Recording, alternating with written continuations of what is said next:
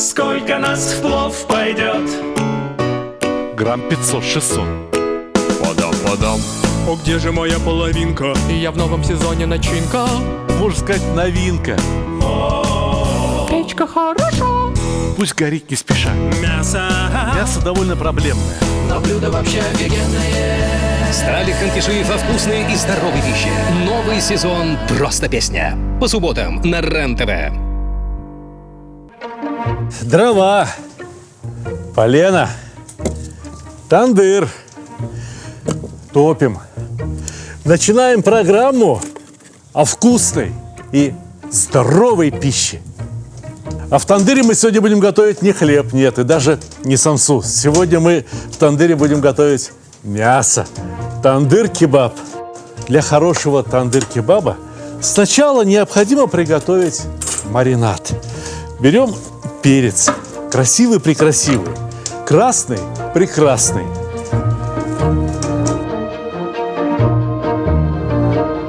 Удаляем сердцевину. Удаляем семечки. Перец на шампуры. И вот такой довольно острый перчик тоже нанижем на шампур.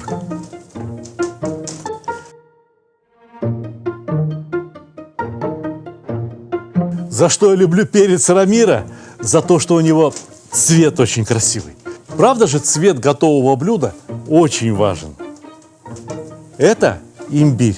Наверняка никто из вас никогда не насаживал имбирь на шампур. Я бы сюда еще чесночка добавил.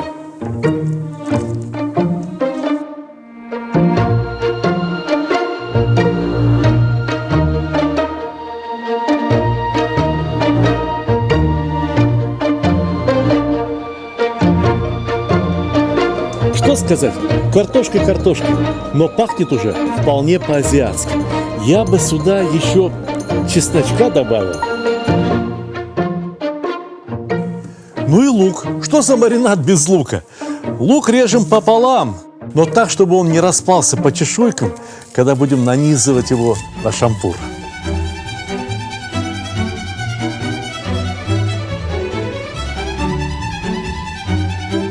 Маринад у нас получается очень богатый.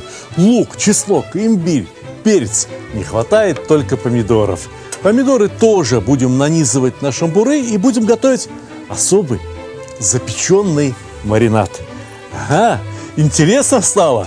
Так не переключайтесь. Вы уже смотрите самую интересную кулинарную программу России. В принципе, все продукты для маринада можно было бы запечь в тандыре. Но дело в том, что в тандыре не готовят, когда в нем еще полыхают дрова. Тандыр – устройство особое. В нем еда готовится на том тепле, что накопили его стенки. Поэтому для запекания овощей я подготовил мангал. В принципе, все эти овощи можно было бы запечь и в обыкновенной духовке. Но на мангале это вкуснее. На мангале это будет интереснее. Не правда ли?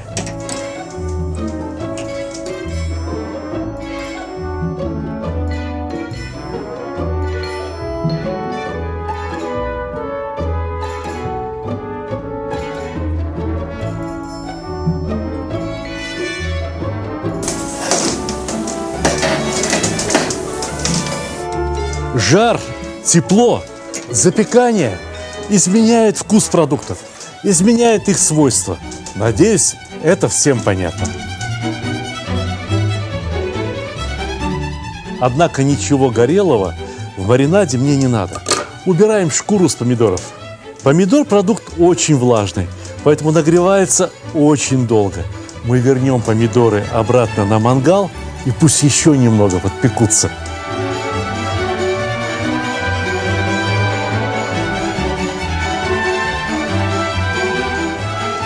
Точно так же поступим с остальными овощами.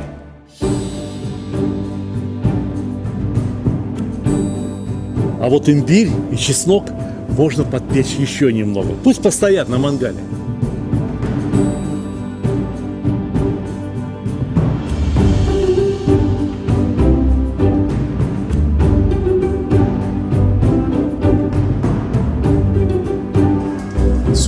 чуть-чуть вот это вот, чуть-чуть буквально. В принципе, наверное, можно было бы шкуры и не снимать. Особенно тем, кому потом не лень ковыряться в зубах. Но я отношусь к тем кулинарам, которые считают, что повар должен сделать все для наслаждения едока. Едоки не должны думать о зубочистках. Едоки не должны думать о том, что прилипло к их зубам. О, полюбуйтесь, красота! Да это все покроши помельче, со свежим хлебушком, да с солью. Можно и так съесть. Но это, ребята, маринад для мяса. Однако, для того, чтобы маринад стал маринадом, мне сначала нужны сухари.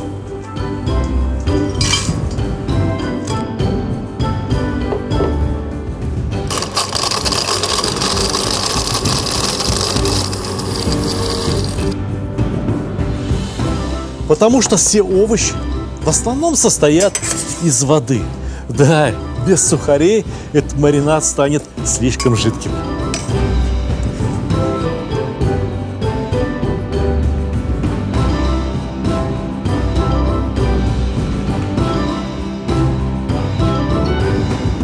Но это еще не маринад, потому что настоящий маринад должен быть соленым, он должен быть перченым. В нем должны присутствовать специи. Кладу пока что 1 столовую ложку соли. Зира, кориандр, красный перец, черный перец. Вот чего не хватает маринаду.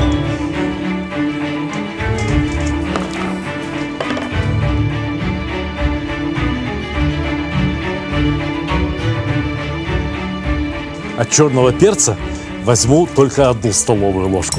Этого более чем достаточно. Красный перец, это же была паприка, она не очень острая. А в маринад необходимо налить еще немного уксуса. И не слушайте тех, кто говорит, что мясо с уксусом ни в коем случае. Немножко, в меру, очень хорошо. А вот маслом можно налить и побольше. Маслом мясо не испортишь. Однако, у нас маринад и без того был довольно жидким.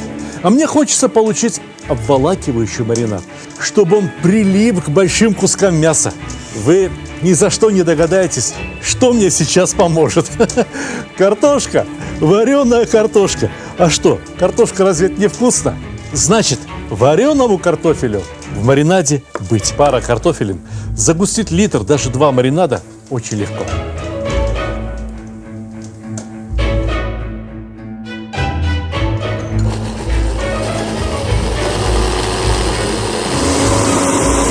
Отлично!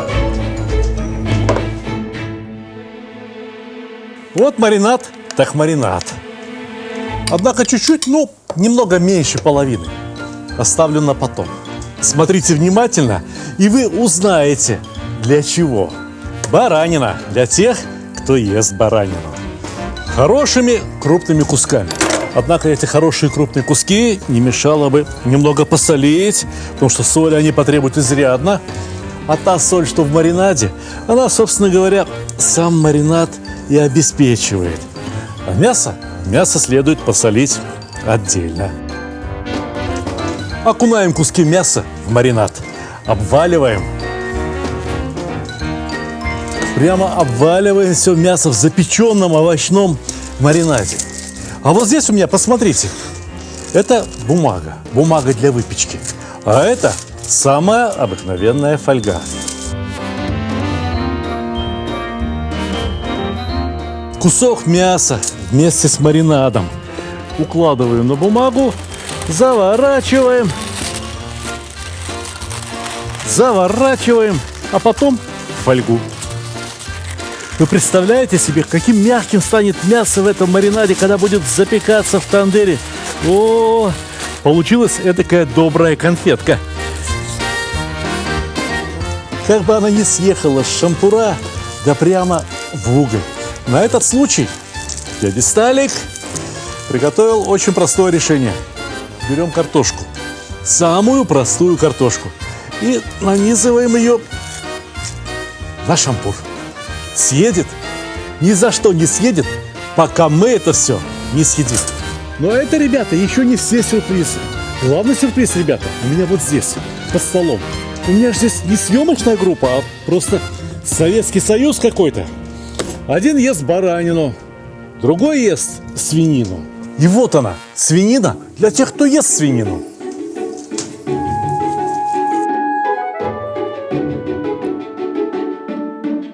Шейка. Самое, что ни на есть шашлычное мясо. Получилось бы очень вкусно и без маринада. А с маринадом? С маринадом, представляете себе, как она получится?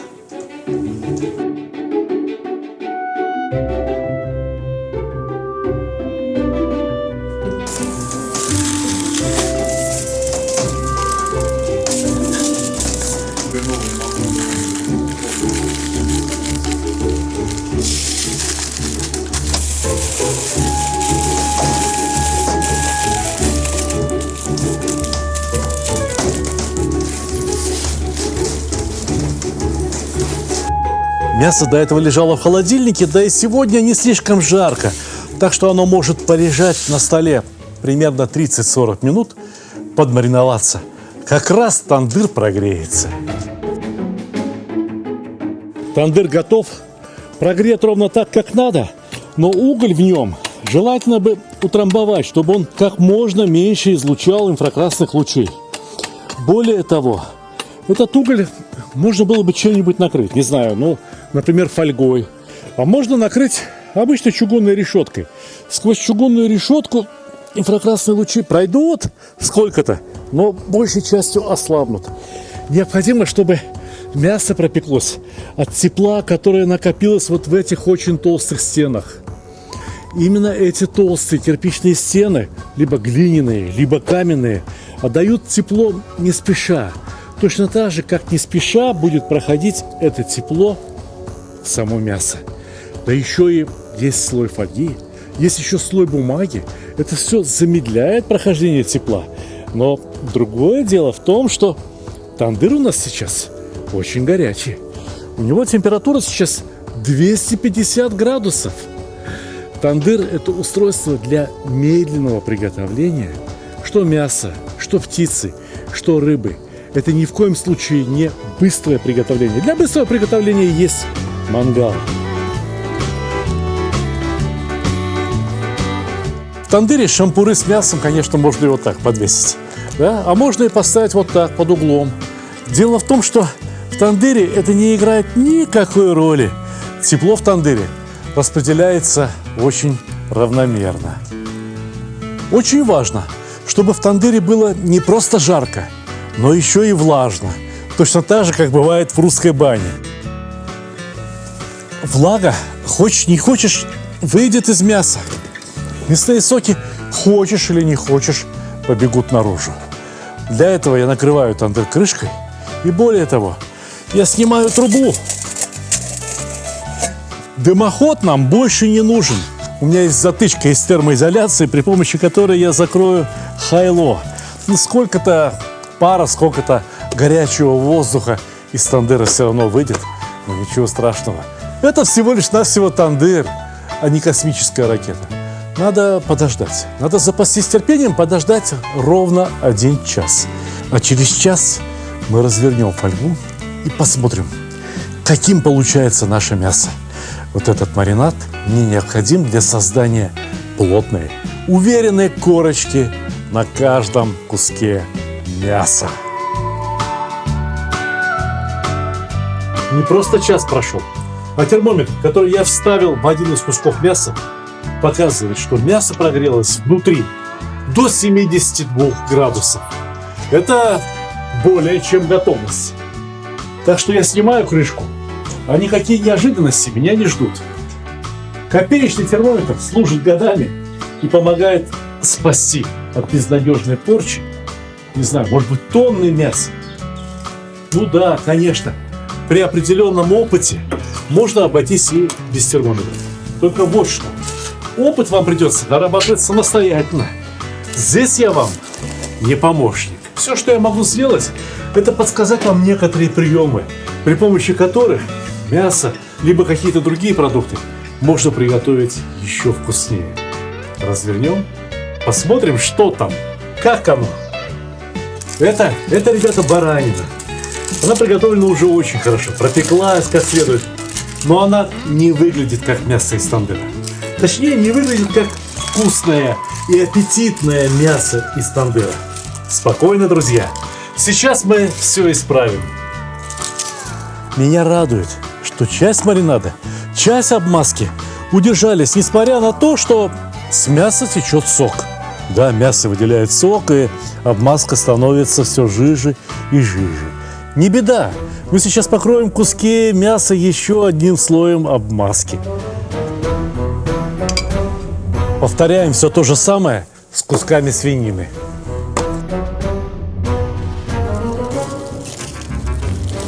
Свинина, как видно, мясо намного более влажное. Видите, сколько сока пустила? Ну и ничего. Ставим обратно в тандыр. Сейчас это будет выглядеть как картинка с выставки.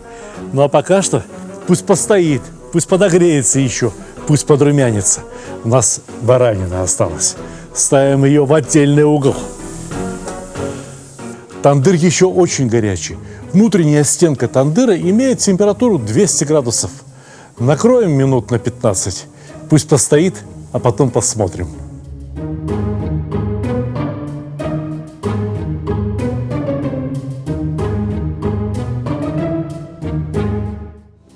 Большие, красивые, чистые блюда. Под свинину, под баранину, хорошая лепешка, редисочка, зелень. Ну что, открываем? Открываем. Ох! И первая из тандыра выходит баранина. Посмотрите, не красота разве? Красота! Вам интересно посмотреть, каково мясо на срезе? Так и быть, отрежу немного. На этот раз полностью готовое. Потому что это не шашлык, потому что это тандыр-кебаб. Тандыр-кебаб – это блюдо, которое подразумевает долгое приготовление. И картошечка пропеклась ровно так, как надо. Беспокоюсь я, что из-за этой картошки сегодня драка будет между операторами. Ох, и не хотел бы я в ней участвовать. Народ у нас кровожадный, требует немедленно разрезать. Ну как? Отлично. Очень сочно. Знаете что? Я, пожалуй, что первый кусочек все-таки сам попробую. Как оно? Ха.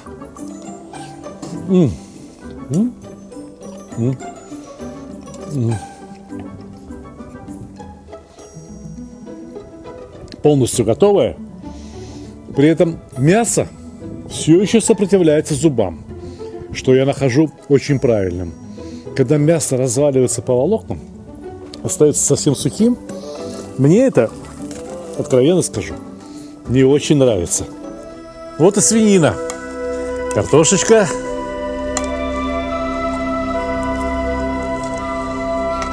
Добрые ломти мяса разваливаются на кусочки. Разрежем, полюбуемся, посмотрим. О, видали? Видали? Слетели с коршуны. Юра, рот открывай.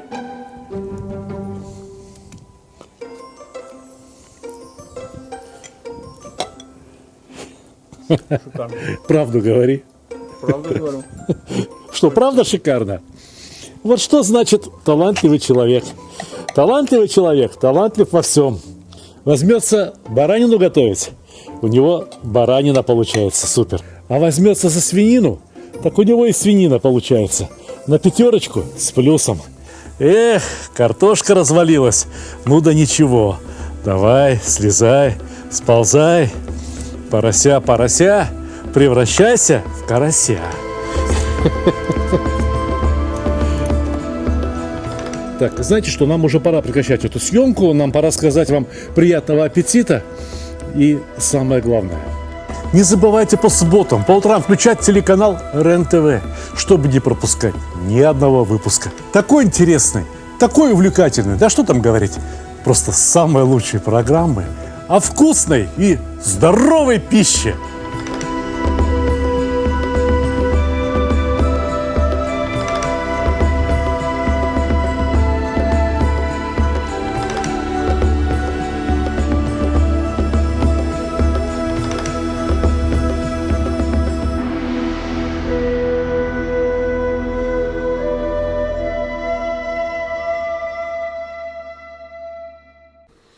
Дорогие друзья, многие из вас познакомились со мной в качестве телеведущего, в качестве блогера.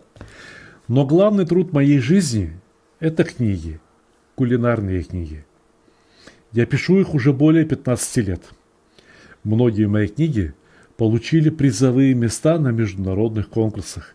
В Париже, в Пекине, в Янтае, во Франкфурте на Майне.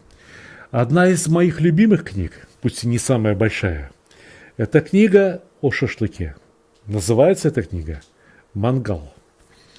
Здесь не слишком много страниц, здесь не слишком много рецептов.